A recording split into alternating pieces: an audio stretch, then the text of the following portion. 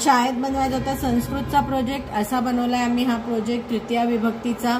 त्याच्यासाठी जस्ट आम्ही उशी आणली होती, त्या उशीचा कार्डबोर्ड पेपर वापरला, त्याला कॉन्सेंट्रिक सर्कल्समध्ये कट केलं आणि मग त्याला त्याच्यावरती व्हाईट पेपर चिकटवलाय आणि त्याच्यामध्ये जे काही लिहायचं होतं ते लिहून घेतलं। तर ते तृतीय विभक्ती आहे, रामः मित्रेण सह क्रीडती, आणि मग इथे पूर्ण सेंटेन्स लिहून दाखवते किंवा रामः द्विचक्रिकया आपणम गच्छति, रामः कमलेन पत्रम लिखती, असे इथे तृतीय विभक्ती फिरते आणि हे तिन्ही प्रत्येक सर्कल जे ते रोटेट व्हायचं होतं। मग आता ते कसं करणार, त्याच्यासाठी आम्ही काय केलं की एक रिफिल घेतली, गेलेली रिफिल घेतली आणि त्या रिफिलने या सर्कलला एकमेकांमध्ये टाकलंय।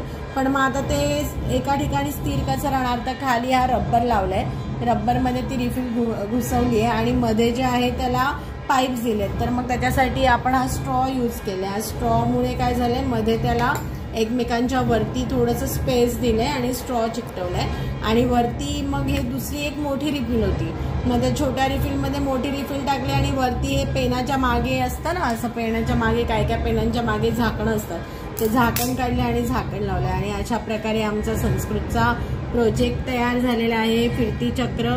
तर तृतीय विभक्ती आपण तुम्ही संस्कृतचा व्हिडिओ बघितलाच असेल, आम्ही व्हिडिओ केला होता ज्याच्यामध्ये तृतीय विभक्तीची रूपं कशी वापरायची, पुष्पेण, बालकचं बालकेन आणि बालिकाचं बालिकया असं होतं। मग त्याच्याप्रमाणे स्त्रीलिंग पुल्लिंग कसं आहे त्याच्याप्रमाणे आपण इथे विभक्ती वापरलेली आहे। आता फॉर एक्झाम्पल इथे तुलिका होतं, तर तुलिका मग रामः, तुलिका हे स्त्रीलिंग आहे, सो बालिका सारखं चालणार, सो रामः तुलिकया चित्रम आणि आगच्छत नाही येणार, रचयतीच्या इथे येणार। सो इथे आपण सेंटेन्स पूर्ण करून दाखवले, रामः तुलिकया चित्रम रचयती।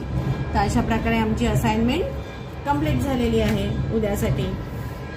आमची ऍक्टिव्हिटी जर तुम्हाला आवडली असेल तर लाईक, सबस्क्राईब आणि शेअर करायला विसरू नका आणि बेल आयकॉन क्लिक करायला तर विसरूच नका। बाय।